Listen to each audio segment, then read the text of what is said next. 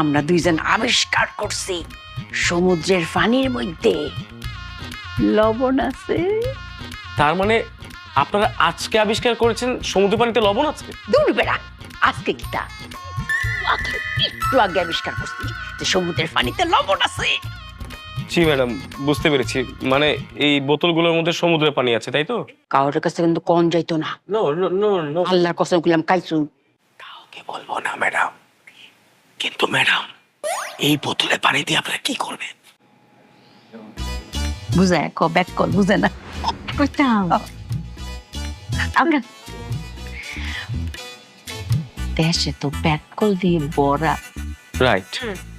মানুষ টাকা দিয়ে লবণ কিনে তারপরে তরকারি রান্না করে। It's true. সমুদ্রের পানির মধ্যে কি আছে? লবণ। জি। তাহলে কেন আমরা